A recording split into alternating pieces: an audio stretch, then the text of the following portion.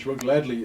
We're going to begin by two typical attacks or assaults on women, which often start with a physical grab. And in the first demonstration, I'm going to grab her by the wrist.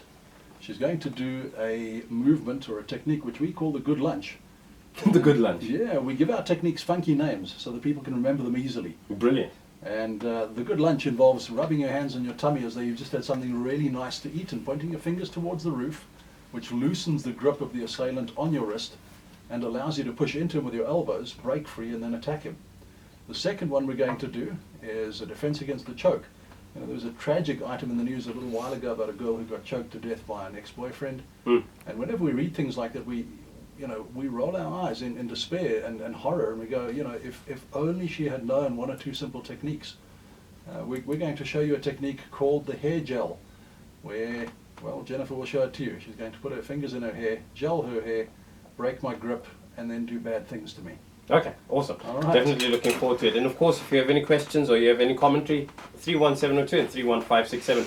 Des is getting up now. He's going to now show us these techniques, and very funky names, as he said. Very easy to remember. So first and foremost, they're facing each other. He grabs her by the wrist. Jennifer tries to pull. All that she simply does is, wow, okay, that was so quick, I couldn't even explain it. So what had happened was he grabbed her by the wrist. And then, Desmond, after that? She put her fingers on her stomach, she drew them in, pointed them to the ceiling, breaking my grip, pushed me away, got behind me, took my knee out, and attacked me, striking the neck or the spine with her elbow. Wow, okay, very simple, very easy. Now, I see that you brought two props. That is obviously not a real gun, and that's not a real knife. No, plastic gun, rubber knife. Okay, so, but we'll get to that in a second. And the next one that we're going to do? The next one is a choke from the front. Very, unfortunately, very common scenario against a woman. The first thing you need to do if someone does grab you by the throat is to take the tip of your tongue and press it against your palate really hard. Okay. That tightens up the muscles on either side of the trachea and buys you a split second of time. Jenny then puts her fingers on her forehead with one hand, breaks back, traps my arm, attacks my eyes, attacks my groin, takes me down, and inflicts some payback. Before we get to the next physical one, because that's what I wanted to ask you, because what I found interesting about that one there was that she went for the eyes and then she went for the groin. Yes.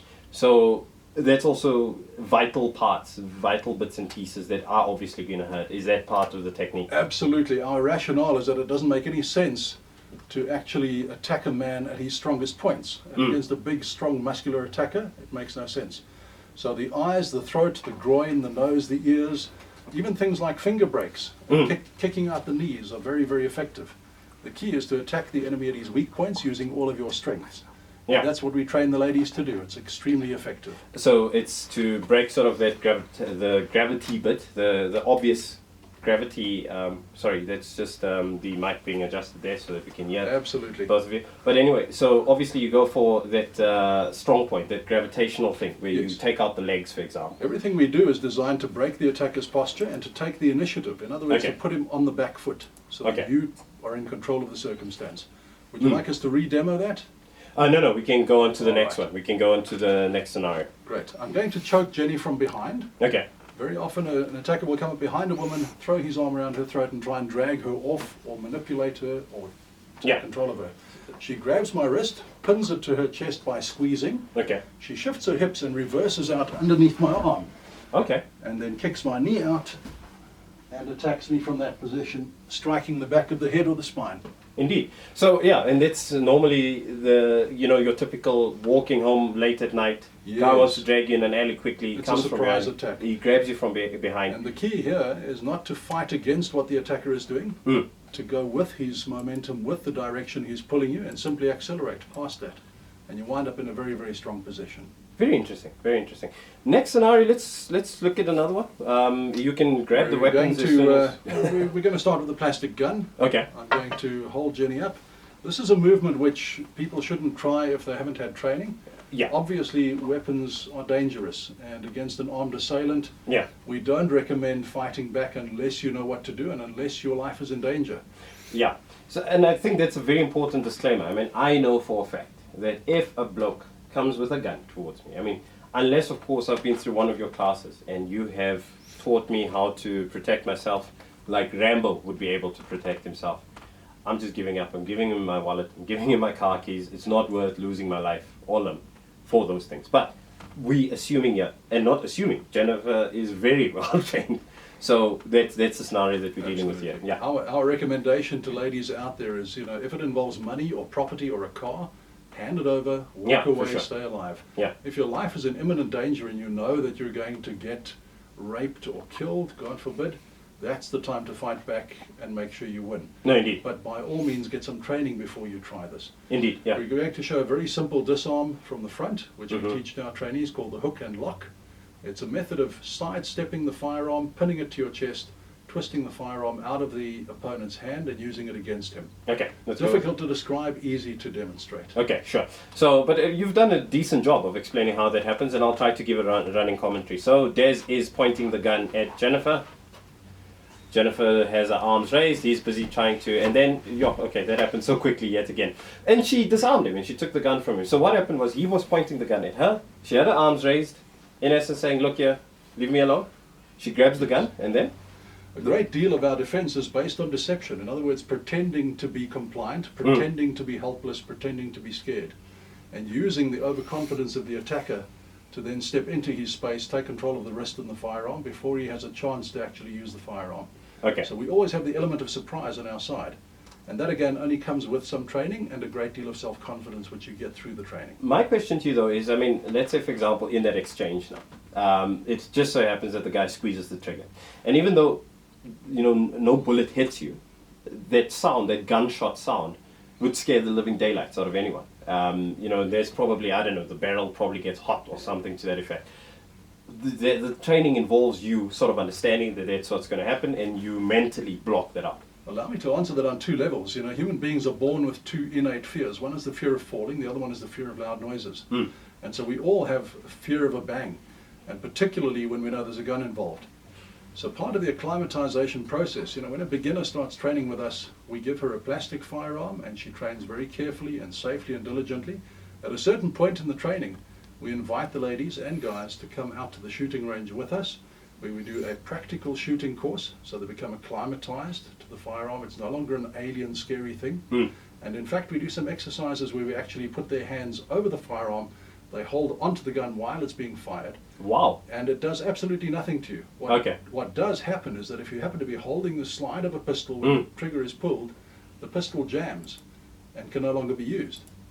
So that actually counts in your favor if the assailant doesn't give it to you straight away.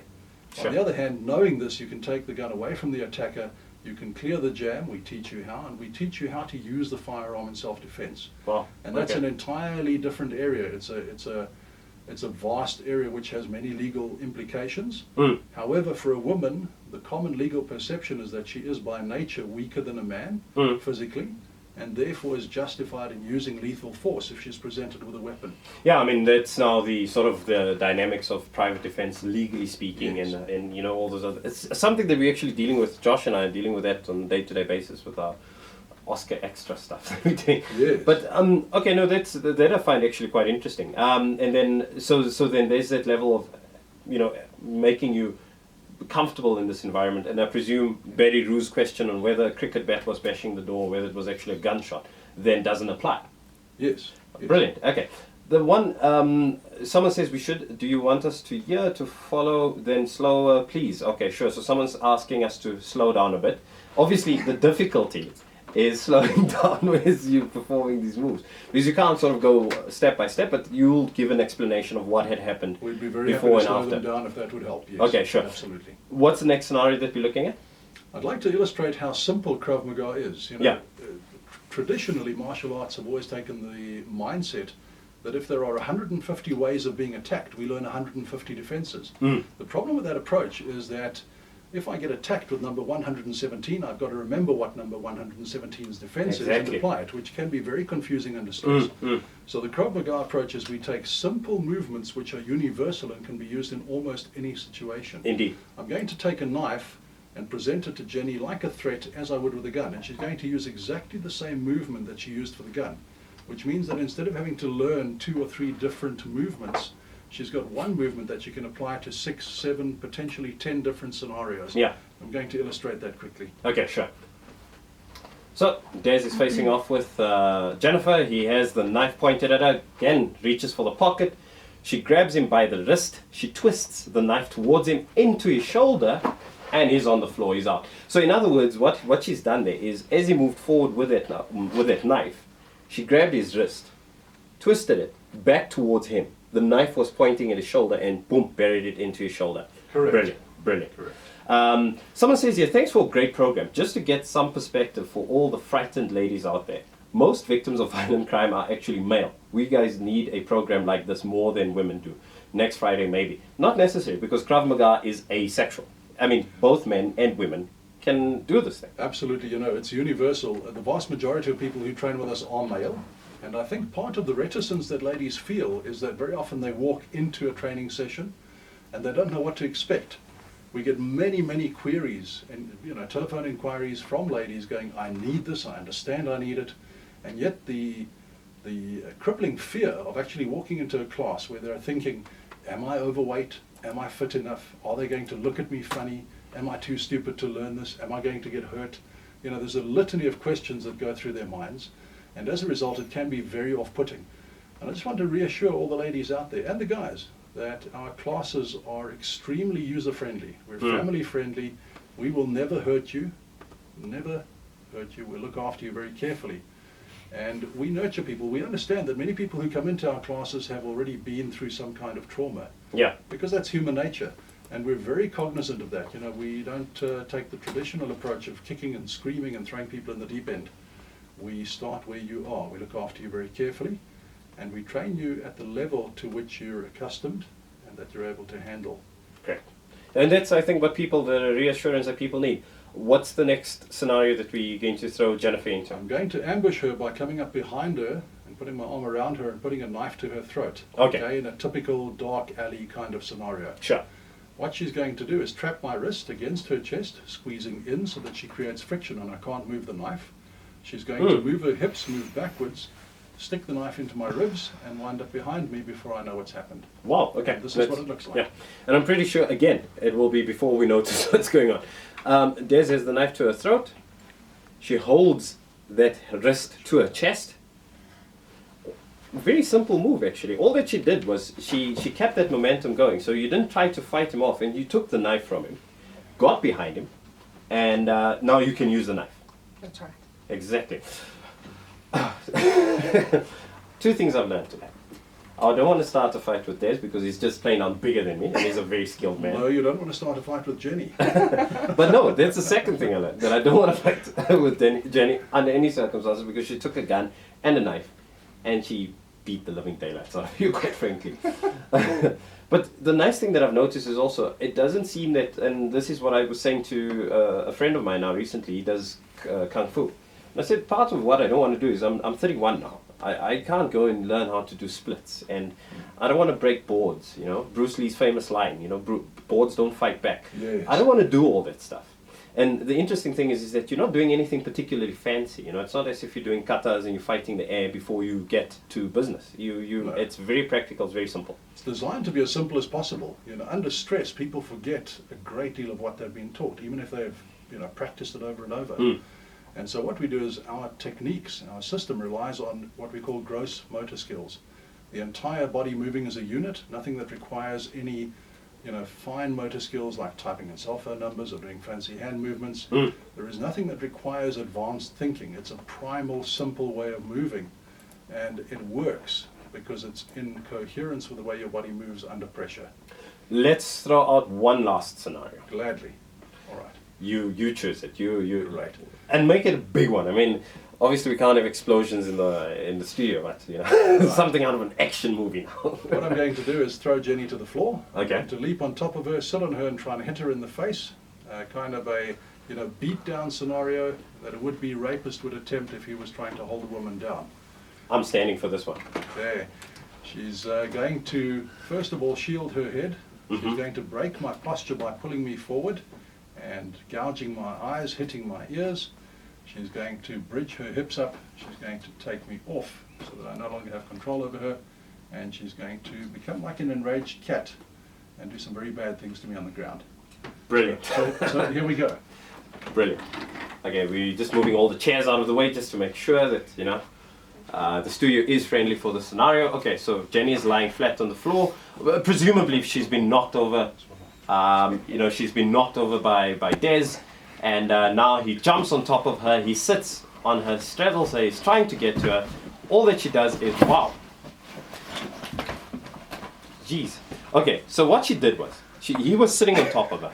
He was flailing at her, he was trying to punch her. All that she did was she first covered herself and simply took his momentum, threw him off of her, basically switched around the situation, and then she started giving it to him.